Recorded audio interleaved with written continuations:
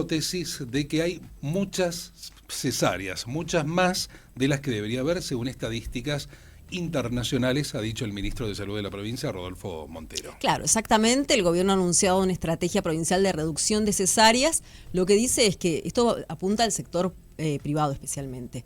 La Organización Mundial de la Salud estima que tiene que haber entre el 10 y el 15% del total de los partos que sean cesáreas. En el sector público mendocino, de acuerdo a las estadísticas que maneja el gobierno provincial, hay un 40% son de cesáreas, y en el sector privado un 80%. Entonces el gobierno que anunció un plan que se va a implementar desde julio del año que viene, que consiste, te lo resumo, pero resumidísimo, y es bastante polémico esto que vamos a contar, que el médico o la médica que sigue tu embarazo no va a ser el mismo médico o médica que te atienda en el parto. ¿Por qué? Porque el gobierno... un médico del parto, del momento del parto. Un gabinete, un médico de guardia, un conjunto de médicos que se van a ocupar de atender los partos. O sea, que vos elegís tu médico para que te siga el embarazo y vos tenés confianza quizás con ese médico y de repente, bueno, te cambia. Es como una lotería, digamos, pero bueno, el gobierno cree que con eso... Esa es la parte polémica. Sí, y es polémica, pero además hay otra parte polémica del tema, y es que hoy en el sector privado se formó hace unos años, ya nos van a decir especialmente cuánto, OBUN, que es una asociación de obstetras unidos de Mendoza, que no es que estén todos los obstetras de Mendoza, son 200 obstetras y ginecólogos del Gran Mendoza. ¿Por qué? Porque lo que les pasaba a los obstetras, y como a muchos profesionales, es que les costaba cobrar a tiempo las prestaciones médicas. Bueno, ¿qué dice hoy? ¿Qué dijo Rodolfo Montero?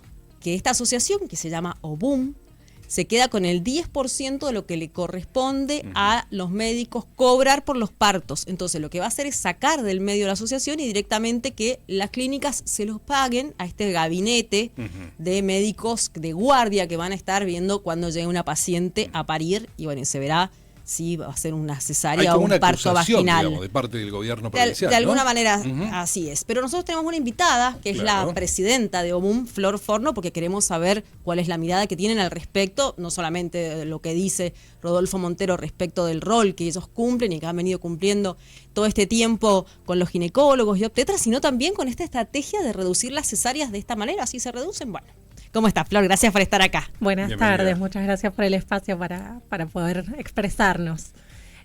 Bueno, como muy bien dijeron, esta es la situación y la propuesta. Nosotros, en primera instancia, como Asociación de Ginecólogos y Obstetras de Mendoza, estamos plenamente de acuerdo en que hay que reducir el índice de cesáreas. Entonces, partimos de un objetivo común. Nosotros vemos esta iniciativa, por un lado con entusiasmo, pero por otro lado con preocupación, porque si bien confiamos y estamos convencidos de que es necesaria la reducción del índice de cesáreas, también estamos convencidos de que no puede implementarse ninguna estrategia donde no participen los involucrados directos de este proceso, que son en primera instancia la mujer que va a dar a luz. La mujer que va a dar a luz. Claro. Y en segunda instancia el médico que atiende y controla ese embarazo. Durante todo el embarazo. Durante todo el trayecto del embarazo. Entonces, nuestra posición como asociación es ponernos al servicio del ministro, porque consideramos que hay que trabajar sobre esto y que debemos ser parte, tanto los médicos como las mujeres, de los lineamientos y de la estrategia que se vaya a implementar. Y en relación a nuestra asociación funciona hace 7 años y, como bien decía Laura, no somos más que un grupo de médicos reunidos para mejorar nuestras condiciones de trabajo. Lo que pasaba antes de la existencia de OBUM existe hace 7 años, es que las clínicas, las instituciones en las que los médicos trabajábamos, retenían entre un 15 y un 20% de los honorarios, y los plazos de pago realmente eran inadmisibles. O sea, hay situaciones donde se ha llegado a dilatar hasta 1 año el cobro. Con una inflación altísima también. Ni hablar de las variables de nuestro país, ¿no? Sí. Pero aún en condiciones de estabilidad, ¿qué profesión admitiría trabajar hoy y cobrar en 6, en 4, en 8 o en 12 meses? Ninguna, claro. Sin ninguna certeza de cuándo se va a cobrar eso. Es por eso que surgió la asociación, para garantizar la gestión de los honorarios, establecer los mínimos éticos y mejorar esos plazos de pago. Esta asociación es una asociación sin fines de lucro. Quienes trabajamos en la asociación somos todos profesionales que además trabajamos en nuestros consultorios, en nuestra práctica privada, vivimos de nuestro trabajo como médicos. No tenemos ningún tipo de percepción. No tienen beneficio. Es totalmente ad honorem y la asociación en sí misma es sin fines de lucro y simplemente cada socio, cada profesional que presenta su facturación mediante la asociación aporta el 7% de sus ingresos para sostener la estructura que implica, porque hay que tener personal para facturar, tenemos una sede física, pero nada más que eso. ¿Por qué hay una diferencia tan alta en las cifras que establecen como estándares internacionales de la cantidad de cirugías cesáreas que debe haber, las que hay en el sector público de la provincia de Mendoza y en el sector privado? Duplicada en el sector público, casi triplicada en el sector privado. ¿Por qué difieren esos números? Bueno, esto es multifactorial. El aumento de las cesáreas no tiene una causa única. Hay muchas causas que contribuyen a que las cesáreas aumenten. Por un lado, vivimos en una cultura de la inmediatez. El parto es un proceso fisiológico que demanda tiempos y muchas veces las mismas personas embarazadas no están dispuestas a esperar los tiempos que esto conlleva, tanto del curso normal del embarazo, de las 40 semanas o más, o como del proceso de parto y de nacimiento en sí mismo. O de pasar por un parto vaginal. Exactamente. Directamente dicen programamos una cesárea. Existe lo que hoy se llama también la cesárea por elección materna. Pero además hay, como te decía, múltiples factores que tienen que ver, si vamos al punto de vista de los médicos, con que venimos trabajando hace años en un sistema que ofrece cesáreas mucho más que partos, con lo cual la formación de los médicos residentes, de los futuros especialistas, está especializada en cesárea más que en partos. Exactamente, tiene un manejo mucho más amplio de la cesárea y el profesional termina también sintiéndose más cómodo en ese ámbito. Con desconocimiento y casi ignorancia. ¿Hay un beneficio en la cesárea a diferencia del parto tradicional? La cesárea para la persona aporta el beneficio de lo programado. O sea, desde el punto de vista de la elección materna, la mayoría es por temor al dolor, muchas veces por desconocimiento del proceso fisiológico, por temor a posibles complicaciones. Esa es la causa por la que la mayoría de las mujeres optan por un nacimiento quirúrgico. Para el médico, la realidad es que es un proceso quirúrgico que estamos habituados a realizar, pero que no deja de ser una intervención. Como toda intervención, tiene que ser... Sus complejidades. Exactamente. Porque pones una anestesia, por ejemplo. Anestesia, un ingreso a quirófano, la posibilidad de sangrados, de infecciones, de lesiones, que obviamente se minimizan y las técnicas cada vez son más seguras, pero no deja de ser una intervención quirúrgica, ¿sí? Es decir, que cuando nosotros acompañamos un nacimiento, esta construcción que hace el médico a lo largo de los 9 meses del embarazo, del control en el consultorio, de informar a la mujer, a la familia, de la situación, de cómo viene el embarazo, que en más de un 90% de los casos los embarazos son sanos, cómo viene el embarazo, e ir construyendo juntos cuál es la expectativa de esa familia o de esa mujer para el nacimiento de su hijo. Todo esto es un proceso transversal. Y para nosotros, como profesionales de la obstetricia, nos resulta fundamental poder sostener ese acompañamiento hasta el momento último del nacimiento. Y otra cosa que también lo hablábamos con Lau antes de entrar al estudio, es que la vía de finalización no lo es todo. Uno puede tener un parto vaginal en condiciones de violencia obstétrica y uno puede tener también la más amorosa de las cesáreas. Entonces, este proyecto, los lineamientos, tienen que incluir todo lo que llamamos la humanización del nacimiento, más allá de la vía de finalización. Porque a veces se entiende parto respetado por parto vaginal, y eso es un error. Exactamente, no es, o sea, parto respetado, el concepto correcto debería ser nacimiento respetado, independientemente de la vía. Y acá nosotros queremos que, digamos, que se ponga en valor este vínculo que se construye entre la mujer, la familia, el obstetra, y ese marco de seguridad y de referencia donde el obstetra va a garantizar y conoce la historia, cómo llegó esa persona a ese embarazo, a ese nacimiento, y va a garantizar las condiciones que se vienen charlando en el consultorio.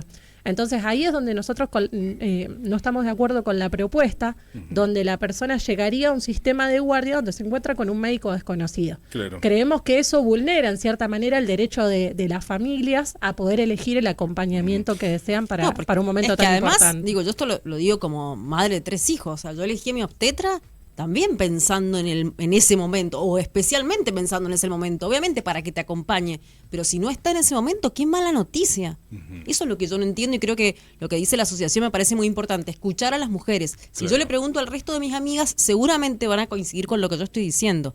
Digo, yo sé que el resto de mis amigas no es una estadística para hacer políticas públicas, pero digo, la gente que está escuchando quizás coincida con lo que decimos. Hay otro detalle que me parece que a veces queda flotando cuando se habla de la cantidad de cesáreas. Digo, parte de la mitología popular, ¿no? De que por ahí los médicos incentivan como primera medida la cesárea porque obtienen un rédito a partir de eso. No, ese es un mito popular, digamos, porque en realidad... Pero seguramente cuando aparece este título, más de uno dice, tiene que ver con eso. Sí, y en cierta manera muchas veces se pone al médico como el malo de toda esta ecuación, donde por cuestiones personales no quiere trabajar, no quiere que lo llamen un fin de semana, no quiere que lo llamen de noche, entonces bueno, listo, me voy a programar toda la cesárea los lunes a las 8 de la mañana. Los profesionales tenemos una ética, elegimos esta especialidad con convicción, con vocación. Uno sabe cuando decide hacer obstetricia que son cuestiones que están implícitas, la posibilidad de que haya un nacimiento un fin de semana o en un horario incómodo o imprevisto desde el punto de vista personal. Claro, el cumpleaños de tu hijo. Exactamente. Sabemos que eso es parte de las vicisitudes de nuestra profesión. Y en cuanto al honorario percibido, el honorario por un parto o por una cesárea para el profesional es el mismo. Y de hecho, una de las cuestiones que nosotros venimos debatiendo también en la asociación es poner en valor el parto, poner un valor diferencial, porque obviamente la cantidad de horas de acompañamiento que conlleva estar a disposición al servicio de un proceso que se va a desencadenar de manera imprevista. Claro, si estás 12 horas ahí al lado. También tiene que ser valorizado como corresponde, como parte de esta estrategia de reducción de cesáreas. Entonces, no hay un mayor rédito de parte del profesional a la hora de hacer una cesárea, ni mucho menos. ¿Qué rol cumplen ustedes, van a cumplir en esta iniciativa del gobierno provincial? Hasta el momento ninguno, y es por eso que nosotros nos hemos puesto a disposición, hemos realizado una nota comunicándonos con el ministro y poniéndonos a disposición, porque realmente consideramos que nuestro aporte puede ser muy valioso. Por ejemplo, estamos planteando generar protocolos de atención, que todos trabajemos bajo un sistema unificado, que estemos de acuerdo en los criterios de edades gestacionales para embarazos normales, para embarazos con patología, cuándo tenemos que intervenir, cuándo se finaliza un embarazo. Que todo eso no existe hoy. No existe en la parte privada, o sea, pueden existir protocolos o referencias de otras partes del país o de guías internacionales, pero no tenemos hoy un protocolo que unifique la forma de trabajo de los profesionales públicos y privados de la provincia. Y que estés obligado a cumplirlo, que si no lo cumplís, bueno, obligado y también respaldado. Claro. Porque el otro gran fantasma de nuestra profesión son los juicios de praxis médica. O sea, nuestra profesión no está exenta, como cualquier especialidad médica, de complicaciones, con la salvedad de que es un momento tan delicado, tan particular, y donde todo el mundo espera que todo salga bien, que cuando existe una complicación estamos mucho más expuestos a la posibilidad de un litigio, de una demanda. Entonces también se genera una medicina defensiva. Y es necesario que el profesional tenga un marco de seguridad, un contexto que esté respaldado por protocolos, que si yo trabajé bajo estos criterios pueda tener el aval de la provincia, claro, de los colegas, de la asociación que respalda al profesional, también como un respaldo desde el punto de vista legal, que no es un factor menor dentro de todas estas ecuaciones. Bien. Y bueno, y ahora lo que están esperando entonces es que se comuniquen del Ministerio de Salud. El ministro lo que ha dicho que esta estrategia provincial de reducción de cesáreas empezaría a hacerse efectiva en julio de 2026. Entendemos porque está proponiendo armar unos gabinetes, ¿no es cierto? Exacto. Nosotros, como bien decís, nuestra intención es ponernos a disposición, participar de los lineamientos de la propuesta y fundamentalmente desde el punto de vista profesional, por un lado, garantizar que el profesional y la persona gestante, la mujer embarazada, tengan la posibilidad de decidir la elección del profesional que va a asistir al nacimiento, y por otro lado, que sea la asociación quien continúe regulando los honorarios, porque ya, digamos, la asociación nace a partir de la dificultad de regular los honorarios por las clínicas. Claro, la provincia lo que está proponiendo es volver hacia atrás. Exactamente, la provincia lo que propone es que el honorario del nacimiento se pague un paquete que va a la institución. El médico de guardia que asiste al nacimiento cobraría un porcentaje de ese paquete total, que es un porcentaje bajo, ronda el 10%. El médico que atendió el embarazo en el consultorio cobraría otro porcentaje, pero alrededor de un 60% quedaría al honorario de la clínica. Es decir, que los médicos, dentro de todo este paquete, tendríamos un recorte de los honorarios, y que además nosotros como profesionales agrupados en OUM no estamos de acuerdo en volver a tener que cobrar nuestros honorarios mediante nuestra clínica, porque para eso nació nuestra asociación. Y también consideramos que el honorario digno dignifica la profesión y redunda en una mejor calidad de atención para toda la población. Cuando el profesional está bien pago y está cobrando lo que realmente es justo por su trabajo, puede trabajar tranquilo y brindar la mejor calidad de atención sin pensar que tiene que ir a ver a otras 300 pacientes para poder subsistir. Entonces el honorario digno también forma parte de garantizar y de mejorar la calidad de atención de los obstetras. Pero hoy, ¿cuánto se dejan las clínicas privadas? Porque lo que estás contando es que a partir de este proyecto los médicos percibirían muy poco por los partos. Las instituciones alrededor de un 15 o 20%, depende de la institución. Sí. Nosotros hoy por hoy lo que hacemos cuando asistimos a un nacimiento o cuando hacemos una cirugía ginecológica es llevarnos lo que se llaman los protocolos de esos nacimientos y presentarlos en nuestra asociación y cobrar mediante nuestra asociación. Bien. Entonces, el porcentaje de retención de las clínicas o de las instituciones depende del acuerdo que haya en cada lugar, pero en promedio es de entre un 15 y un 20%. Pero hoy cambiaría, o sea, a partir de 2026 cambiaría. Exactamente, y eso es lo que nosotros queremos plantear, que como bien decíamos al principio, estamos perfectamente de acuerdo con la iniciativa, con que es necesario implementar cambios conjuntos para bajar el índice de cesáreas, pero que los honorarios de cada una de las áreas involucradas no debieran verse afectados. Y otra cosa importante que me parece destacar, que esto no depende únicamente del equipo de obstetras. El equipo de atención de un nacimiento también está constituido por neonatólogos, por anestesistas, por enfermeros. Entonces esto requiere la participación y probablemente capacitaciones y cambios en los protocolos de trabajo de todas estas especialidades, pero fundamentalmente la disponibilidad de equipos bien constituidos. Porque para que yo pueda esperar los tiempos fisiológicos de un parto, esperar un parto que se está prolongando un poco más, esperar el desencadenamiento del trabajo de parto en una mujer con una cesárea anterior, necesito contar con un equipo quirúrgico con disponibilidad inmediata. Yo no puedo bajar la tasa de cesáreas si tengo que especular con que voy a llamar al anestesista que va a llegar dentro de media hora, con que no tengo neonatólogo para recibir al bebé. Entonces son muchas las variables que tienen que conjugarse para que podamos trabajar en mejores condiciones y bajar estos índices. Y en otros lugares, ¿conocés algún lugar donde se haya logrado bajar los índices y qué estrategias han hecho? Mira, yo me formé en Rosario en la salud pública. La maternidad donde yo me formé justamente es referente y pionera en todo lo que es la estrategia de parto respetado. Nosotros trabajamos con una modalidad de parto por guardia, pero la gran dificultad que percibíamos justamente en esta atención por guardia es que recibíamos en trabajo de parto una persona a la que no conocíamos. Entonces, muchas veces vivíamos situaciones donde no conocíamos la historia de esa familia, de esas personas, cómo estaba llegando esa mujer a ese nacimiento, y desde el punto de vista del protocolo, todos en la guardia hacíamos lo que teníamos que hacer. pero me he encontrado a las 3 de la mañana decidiendo una cesárea de una persona que había iniciado una inducción a las 8 de la mañana el día previo, porque ella desde el primer minuto no quería tener un parto y no se lo había dicho a nadie. Entonces hay muchas Porque no cosas. estaba la confianza. Exactamente, hay muchas cosas que tienen que ver con el vínculo y con la confianza y con el seguimiento transversal del embarazo que hacen a una mejor calidad de atención.